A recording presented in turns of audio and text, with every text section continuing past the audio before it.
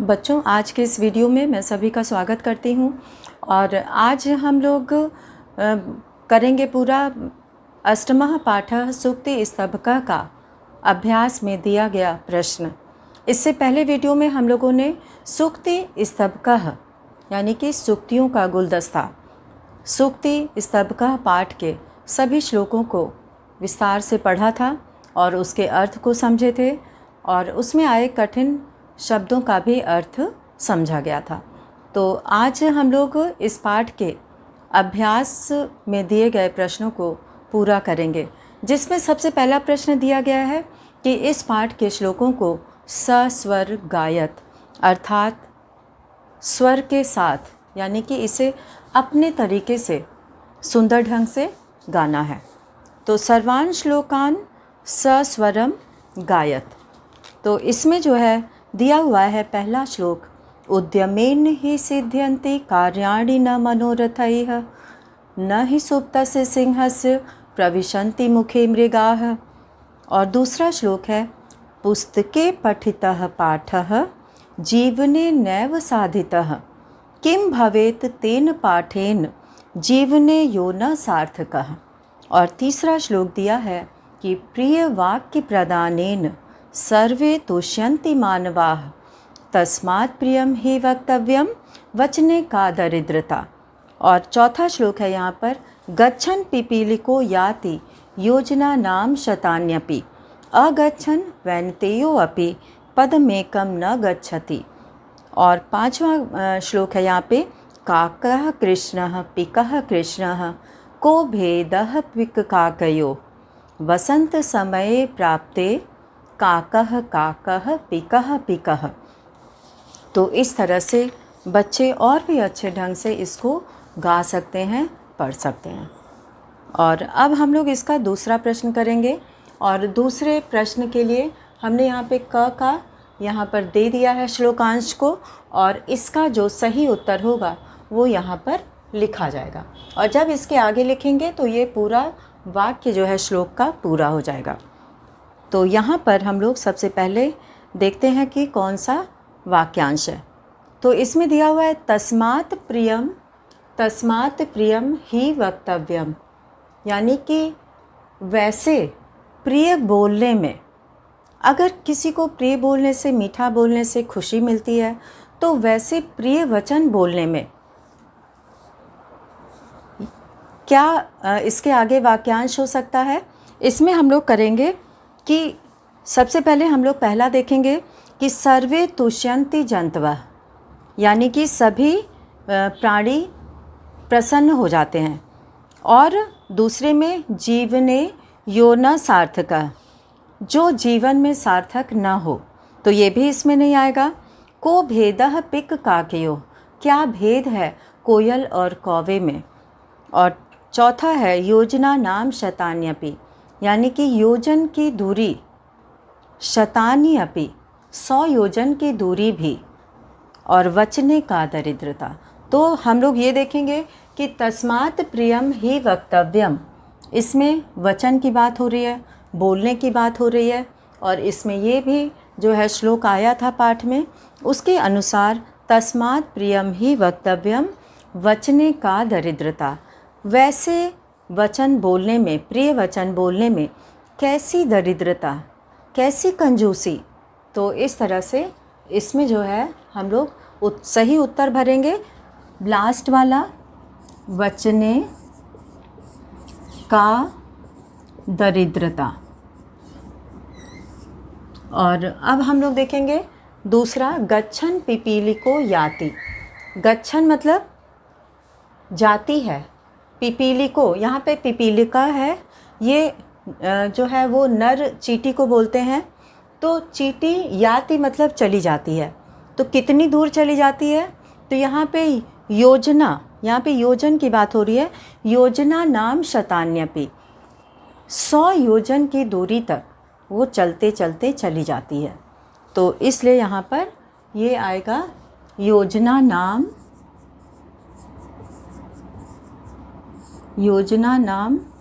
शतान्यपि, शतानी अपि है, और जब इसमें संधि हुई है तो शतान्यपि हो गया है, और वह शतानी मतलब 100 होता है। अब है प्रिय वाक्य प्रदानेन। प्रिय वाक्य बोलने से, यहाँ पे क्या होता है, प्रिय वाक्य बोलने से सभी प्राणी प्रसन्न होते हैं। तो अब हम इसी अर्थ को यहाँ पर खोजेंगे कि सर्वे तुष्यन्ति जंतवः। पहला ही वाक्य हमें मिल गया यहाँ पर कि सभी प्राणी, जंतु मतलब सभी जीव जंतु, यहाँ पे जंतवः, तुष्यन्ति मतलब प्रसन्न होते हैं। तो सर्वे तुष्यन्ति, यहाँ पे सर्वे तुष्यन्ति जंतवः। तो इसे सभी बच्चे अपनी किताब में श्लोक देखकर भी पूरा कर सकते हैं। तो इस तरह से ये बहुत ही आसान है। और अब हम यहाँ पर करेंगे ये चौथा वाक्यांश, किम भवेत तेन पाठेन। क्या हो सकता है, क्या होगा, तेन पाठेन, उन पाठों को, जो वो पाठ उसने अपनी पुस्तक में पढ़ा है, अपनी पुस्तक में जो पाठ पढ़ा है, अगर उसे जीवन में सार्थक नहीं करते हैं, हम उसे अपने जीवन में नहीं अपनाते हैं, तो किम भवेत तेन पाठेन, तो उस पाठ को पढ़ने से क्या होगा, क्या लाभ होगा। तो इसके आगे का है कि अब हम लोग यहाँ पे सर्वे तुष्यन्ति जंतवः भी पढ़ लिए हैं, जीवने योना सार्थकः। तो तेन पाठेन, उन पाठ को पढ़ने से जीवनो, जीवने योना, यो मतलब कि जिससे जीवन सार्थक नहीं होता है। तो अगर हम उसे नहीं अपनाएंगे तो जीवन में उसका कोई महत्व नहीं रह जाएगा। तो जीवने योना सार्थकः, जीवने योना सार्थकः। तो इस तरह से यहाँ पे हम लोगों ने 4 वाक्यांश को मिलाया है। और अब अंतिम है यहाँ पे, काकः कृष्णः पिकः कृष्णः। कौवा काले वर्ण का होता है, काले रंग का होता है। पिकः कोयल, कृष्णः काले रंग की होती है। तो अब यहाँ पर जो श्लोक में आया है, को भेदः पिक काकयो, तो कोयल और कौवे में क्या अंतर है, भेद मतलब अंतर। तो इसमें बस अब एक बच गया है कि को भेदः पिक काकयो। तो काकः कृष्ण पिकः कृष्ण, को भेदः, क्या भेद है, को भेदः पिक काकयो। तो यहाँ पर हम लोग ये देखेंगे कि को भेदः पिक काकयो, और ये हमारा वाक्यांश जुड़ रहा है। तो इसमें हम यहाँ पे वाक्य पूरा हो रहा है, तो सभी में पूर्ण विराम लगाएंगे। और वैसे इसको लिखने का तरीका यही है कि उत्तर लिखकर, इस वाक्यांश को लिखकर और इसी में सही वाक्यांश को जोड़ देना है और अंत में पूर्ण विराम लगा देना है। और इसके बाद हम लोग आगे बढ़ेंगे प्रश्न 3 पर। और प्रश्न 3 में लिखा है कि प्रश्नानाम उत्तराणि लिखत। यहाँ पर ये नहीं लिखा है कि प्रश्नानाम उत्तराणि एक पदेन लिखत, एक पद में लिखो, अर्थात 1 वर्ड आंसर। तो ऐसा नहीं, यहाँ पे लिखा है प्रश्नानाम उत्तराणि लिखत। तो इन प्रश्नों का उत्तर हम लोग वाक्य में लिखेंगे। तो यहाँ पे हम लोग सबसे पहला प्रश्न पढ़ेंगे कि सर्वे जंतवः केन तुष्यन्ति। सभी प्राणी किससे प्रसन्न होते हैं। तो प्रिय वाक्येन, यहाँ पे प्रिय वाक्य प्रदानेन। तो यहाँ पे हम लोग इसको मिटा देते हैं क्योंकि ये वाला हो गया है। अब हम लोग तीसरा प्रश्न करेंगे और तीसरे प्रश्न में वाक्य में उत्तर लिखना है। तो प्रश्नानाम उत्तराणि लिखत, अगर इस तरह से लिखा रहता है तो हमें उत्तर वाक्य में देना है। और जब लिखा रहता है एक पदेन उत्तर, तो एक पद में अर्थात एक शब्द में उत्तर देना होता है। तो यहाँ पे अब हम लोग लिखेंगे उत्तर 3 का क। तो यहाँ पे सर्वे जंतवः केन तुष्यन्ति। तो अभी हम लोग इसमें किए थे प्रिय वाक्य प्रदानेन। तो प्रश्न से हम लोग शुरुआत करेंगे।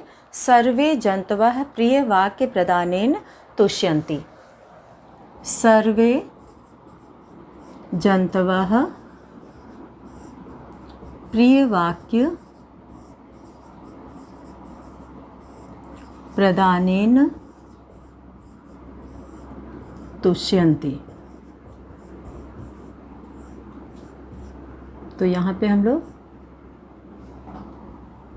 तुष्यन्ति कर देंगे और इस तरह से ये वाक्य पूरा हो गया, उत्तर पूरा हुआ। और ख वाला है पिक काकयोः भेदः कदा भवति। पिक काकयोः, यहाँ पे षष्ठी विभक्ति द्विवचन का प्रयोग है कि कोयल और कौवे में, दोनों में। कदा मतलब कब, भेदः मतलब भेद, भवति मतलब होता है, यानी कि उन दोनों का भेद कब पता चलता है। तो भेदः कदा है, तो वसंत ऋतु में, वसंत आने पर इन दोनों का भेद पता चल जाता है जब कोयल कूकना शुरू करती है। तो यहाँ पे हम लोग उत्तर लिखेंगे पिक काकयोः भेदः, पिक काकयोः, पिक मतलब कोयल, भेदः वसंत समय,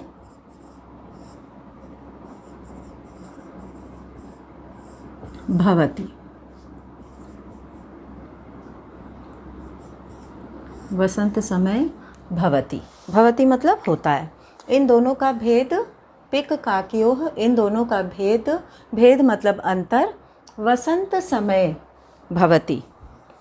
और अब हम लोग ग करेंगे कि कह गच्छन, कौन जाता हुआ, योजना नाम, योजना नाम सैकड़ों योजन तक, शतानि अपि यानी कि सैकड़ों योजन की दूरी तक, याति मतलब चला जाता है।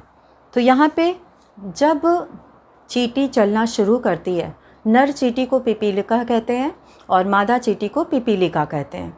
तो यहाँ पर पिपीलिका है, तो वो चलते चलते जो है वो सैकड़ों योजन की दूरी तय कर लेती है। और एक गरुड़ है जिसे वैनतेय कहा गया है, वो नहीं चलता है, तो वो थोड़ी सी भी दूरी तय नहीं कर पाता है। अगर हम नहीं चलेंगे तो हम कहीं नहीं पहुंच पाएंगे। तो यहाँ पर कह गच्छन, यहाँ पूछा गया है कि कौन जाते हुए, योजना नाम शतान्यपि याति, तो इसकी जगह पे हो जाएगा पिपीलिका। कह है तो ये पुल्लिंग में प्रयोग होता है कौन के लिए, तो यहाँ पर पिपीलिका हो जाएगा। पिपीलिका गच्छन योजना नाम, गच्छन योजना नाम, योजना नाम शतान्यपि याति, शतान्यपि, शतान्यपि याति। यहाँ पर पूर्ण विराम लगाएंगे। तो ये प्रश्न हम लोग का यहाँ पर पूरा हो गया कि पिपीलिका गच्छन योजना नाम शतान्यपि याति। अब है घ वाला अस्माभिः किम कर्तव्यम, किम वक्तव्यम। अस्माभिः हमें, किम वक्तव्यम कैसा बोलना चाहिए। तो यहाँ पर हमें हमेशा प्रिय बोलना चाहिए, प्रियम ही वक्तव्यम। तो अस्माभिः प्रश्न में लिखा हुआ है और केवल किम की जगह पे लिखना है प्रियम, और वक्तव्यम वैसे ही लिख देना है। तो अब हम लोग यहाँ पर घ का उत्तर लिखते हैं अस्माभिः प्रियम वक्तव्यम, अस्माभिः प्रियम वक्तव्यम। तो इस तरह से हम लोग ये 4 प्रश्नों का उत्तर पूरा किए। और अब हम लोग अगला करेंगे चौथा प्रश्न, जिसमें लिखा है कि उचित कथनानाम समक्षम। उचित कथन के समक्षम मतलब सामने, उस कथन के सामने जो बॉक्स बना हुआ है उसमें आम, आम मतलब हाँ और न मतलब नहीं। यस या नो जो होता है ये उसी तरह का प्रश्न है। तो उचित कथनानाम समक्षम आम और अनुचित कथनानाम समक्षम न इति लिखत। तो यहाँ पे हम लोग शुरू करते हैं पहला वाक्य और उत्तर 4 यहाँ लिखेंगे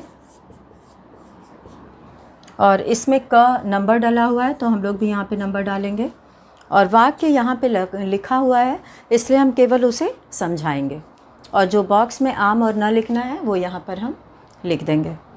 तो सबसे पहले पहला वाला वाक्य देखते हैं कि काकः कृष्णः न भवति। कृष्ण मतलब काला, न मतलब नहीं, भवति मतलब होता है। कौन काला नहीं होता है? काकः। काकः मतलब कौवा। तो कौवा काला नहीं होता है, ये तो कोई भी नहीं मानेगा। छोटे से बच्चे भी बता देंगे कि कौवा काला होता है। तो इसलिए ये कथन जो है, इसमें जो कहा गया है, जो कथन है वो गलत है। तो इसके लिए हम लोग बॉक्स में न भरेंगे और इसी तरह से हम लोग ख वाला करेंगे और ख के वाक्य को समझेंगे और उसका आंसर भरेंगे। अस्माभिः प्रियम वक्तव्यम, ये कई बार हम लोग पाठ में भी, श्लोक में भी पढ़े हैं, अभी ऊपर भी आया था। तो इसमें जो है अस्माभिः यानी कि हमें, प्रियम वक्तव्यम प्रिय बोलना चाहिए, मधुर बोलना चाहिए, प्रिय बोलना चाहिए। तो ये बिल्कुल सही है और जब कथन सही होता है तो उसके लिए आम लिखते हैं। तो ये यहाँ पे आम हो जाएगा, इसमें हलंत लग जाएगा। अगर हम हलंत नहीं लगाएंगे तो ये हिंदी वाला आम फल का नाम हो जाएगा आम, और इसमें हमें यहाँ पे क्या करना है? हलंत लगाना है। और अब हम तीसरा वाक्य पढ़ेंगे कि वसंत समय पिक काकयोः भेदः भवति। वसंत ऋतु के ही समय कोयल और कौवे का भेद अर्थात अंतर होता है। तो ये बिल्कुल सही है और इसलिए इसमें हम लोग आम भरेंगे। तो ग में ये कथन सही है इसलिए आम लिखा जाएगा हल के साथ, आम। म को, ये आधा म है, इसका उच्चारण जल्दी से करना है, आम। अब हम लोग घ वाला करेंगे। वैनतेयः पशुः अस्ति। वैनतेयः यानी गरुण, पशु मतलब जानवर, अस्ति मतलब है। तो वैनतेयः जानवर तो है नहीं, वो तो पक्षी है। तो इसलिए ये कथन गलत है और इसके लिए हम लोग न का प्रयोग करेंगे। यहाँ पे हो जाएगा न। और अब हम लोग इसका 5वां वाक्यांश देखते हैं, वाक्य देखते हैं। वचने दरिद्रता न कर्तव्या, यानी कि प्रिय वचन बोलने में दरिद्रता, कंजूसी, कृपणता न कर्तव्या नहीं करना चाहिए। तो ये बिल्कुल सही है, प्रिय बोलने में हमें कंजूसी या दरिद्रता नहीं दिखानी चाहिए। तो ये बिल्कुल सही आंसर है, हमें सबके साथ मधुर बोलना चाहिए। और अब हम लोग आगे बढ़ेंगे 5वें प्रश्न की ओर। और 5वें प्रश्न में यहाँ पर कहा गया है कि मंजूषातः, मंजूषा से, यहाँ पे जो पीले रंग का एक बॉक्स बना हुआ है और उसमें शब्द दिया हुआ है। और सबसे पहले हम लोग प्रश्न पढ़ेंगे कि मंजूषातः समानार्थक पदानि। मंजूषातः यानी इस बॉक्स में दिए हुए समानार्थक पदानि, समानार्थकानि पदानि, समानार्थकानि पदानि यानी कि सेम मीनिंग वाला, जिसका अर्थ एक जैसा हो। तो ऐसे पदानि, पदों को चित्वा, चुनकर, लिखत मतलब लिखो। तो यहाँ पे हम लोग सबसे पहले बॉक्स में दिए गए शब्दों को समझ लेंगे। तो यहाँ सबसे पहला शब्द जो दिया हुआ है वो है ग्रंथे, और दूसरा है ग्रंथे यानी कि पुस्तक में। कोकिलः कोयल, गरुड़ः गरुड़, परिश्रमेण परिश्रम से, कथने यानी कि वचन में। अब यहाँ पे शब्द दिया हुआ है, पद दिया है यहाँ पे वचने। तो वचन के लिए यहाँ पे हम देख रहे हैं कि ग्रंथे मतलब ग्रंथ हो गया, पुस्तक हो गई, कोकिला मतलब कोयल हो गया, और गरुड़ मतलब पक्षी हो गया, गरुड़। परिश्रमेण परिश्रम से, और कथने, तो वचने और कथने। कथने मतलब कथन में, और वचन मतलब भी बोलना होता है, कथन होता है। तो ये एक ही तरह का उत्तर वाला है। तो यहाँ पे हम लोग अब करेंगे ये वाला प्रश्न, हम लोग हटा दे रहे हैं और इसकी जगह पे हम लोग अब अगला प्रश्न करेंगे जिसमें कि समानार्थक पद को जोड़ना है। और समानार्थक पद हम लोग जोड़ेंगे यहाँ पर सबसे 5वें प्रश्न में। उत्तर 5 है ये।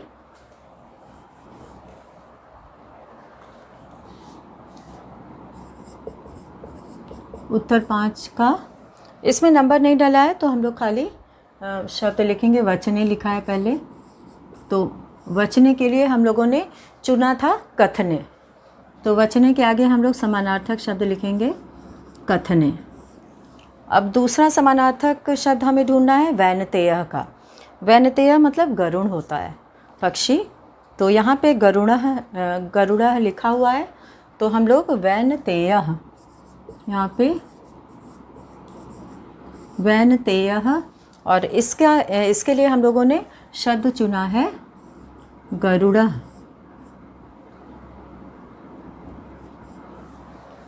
गरुड़ः।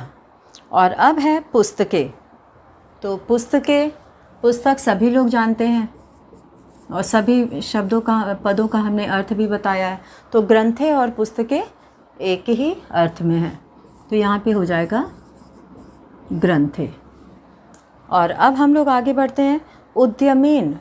उद्यमेन मतलब परिश्रम से, तो यहाँ पे परिश्रमेण दिया है, उद्यमेन का हो जाएगा परिश्रमेण। तो उद्यमेन लिखकर उसके आगे हम लोग लिखेंगे समानार्थक शब्द परिश्रमेण।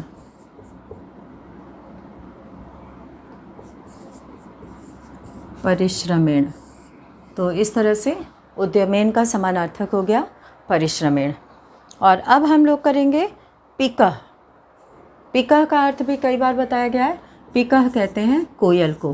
काकः काकः पिकः पिकः। कोयल कोयल होती है और कौवा कौवा होता है।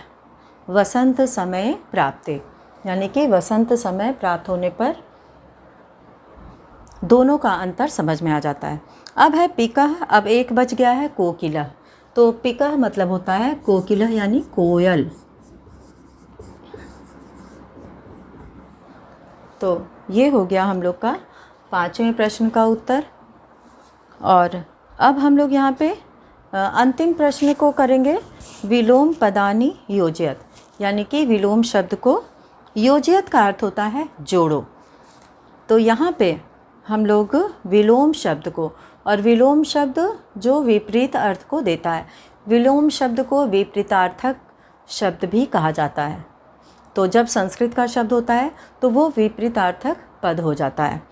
तो विलोम पद, इसीलिए हर जगह पद लिखा होता है, क्योंकि ये इसमें विभक्ति लगी हुई है और इसीलिए ये पद है। तो विलोम पदानि योजयत में हम लोग पहले देखेंगे क में कौन कौन से शब्द हैं और उसका क्या अर्थ है। तो इसमें सबसे पहले दिया है सार्थकः।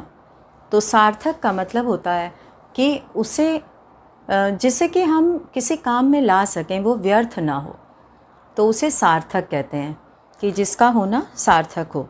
और कृष्ण, कृष्ण का मतलब होता है काला, और वर्ण होता है ये। और अनुक्तम, अनुक्तम मतलब जिसे नहीं कहा गया है, अनुक्त है अर्थात जिसे नहीं कहा गया है। गच्छति यानी कि जाता है, और जागृतस्य यानी कि जो जागे हुए का, जागते हुए का।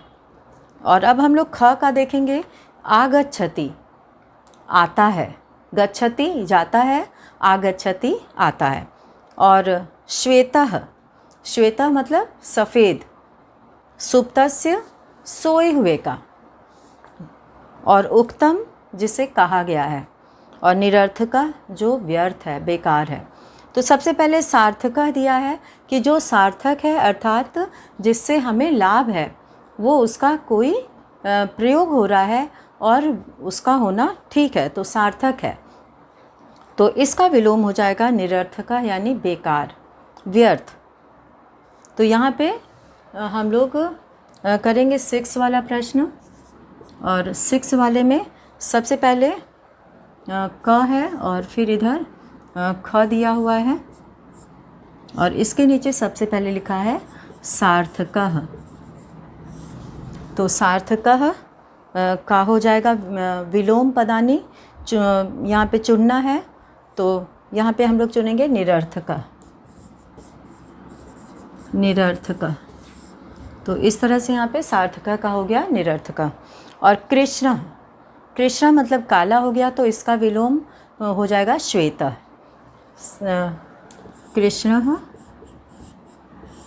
और इसका विलोम हो जाएगा श्वेतः।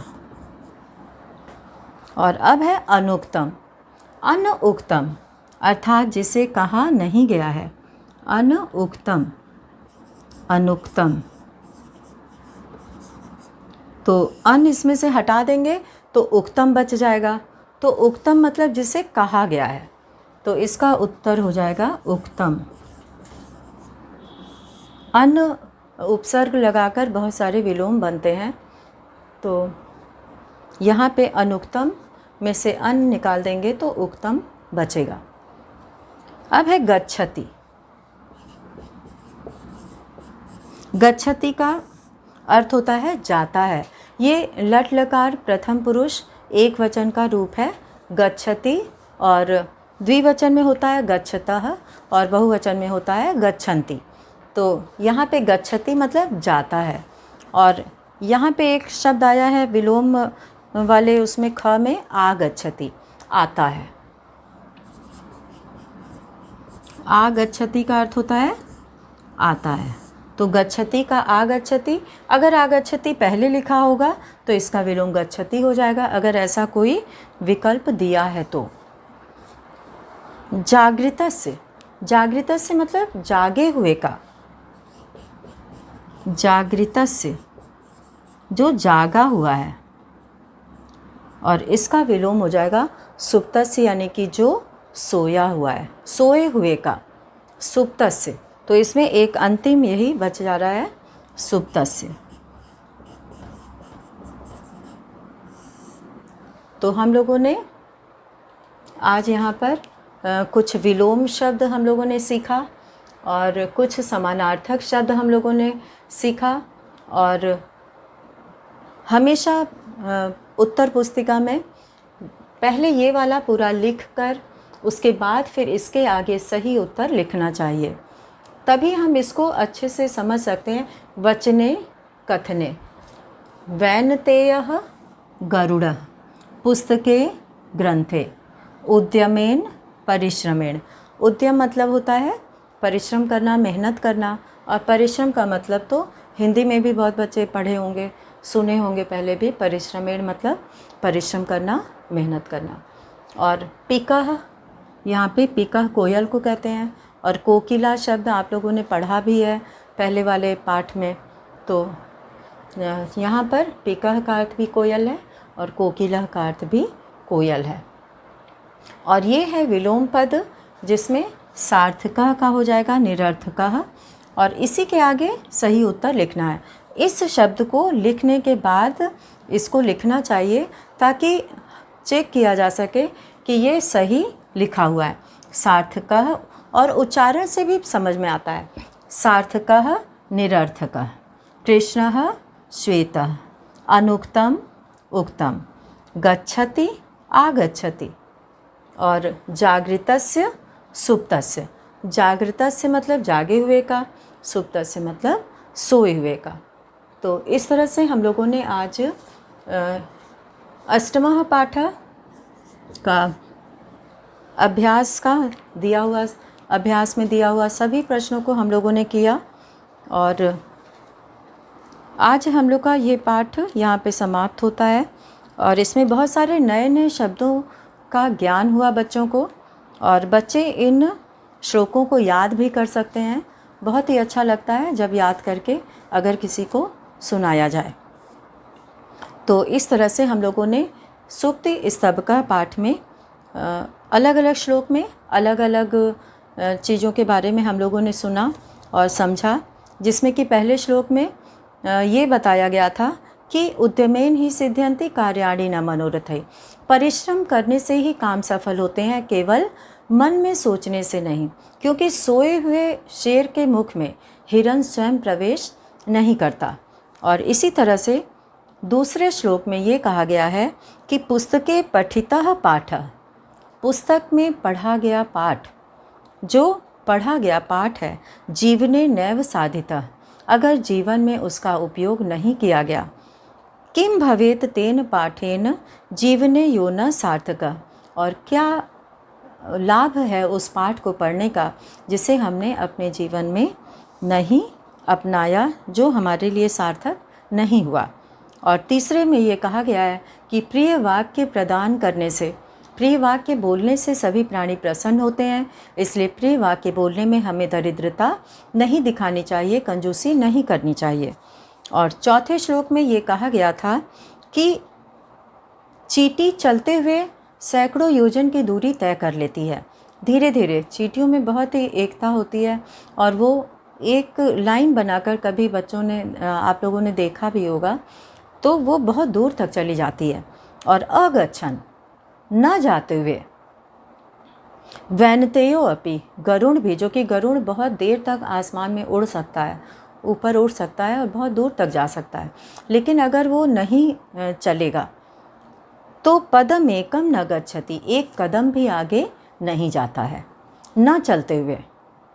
और अगर शुरू कर दिया चलना तो वो बहुत दूर तक जा सकता है, लेकिन नहीं चलेगा तो एक कदम भी नहीं बढ़ पाएगा। और पांचवें श्लोक में ये कहा गया है कि कौवा और कोयल दोनों ही काले रंग के होते हैं, लेकिन जब वसंत ऋतु का समय आता है तो कोयल और कौवे में अंतर पता चल जाता है कोयल की सुरीली आवाज़ से। तो उसमें वसंत ऋतु में कोयल कूकने लगती है, तो इससे जो है सुनकर ये अंतर समझ में आ जाता है कि यहाँ पर कोयल बोल रही है। तो ये पाठ बहुत ही अच्छा रहा, इसमें बहुत ही अच्छी अच्छी बातें थी। तो इसी के साथ हम ये वीडियो यहाँ पे समाप्त करते हैं। सभी बच्चे अपना कार्य पूरा कर लेंगे। धन्यवाद।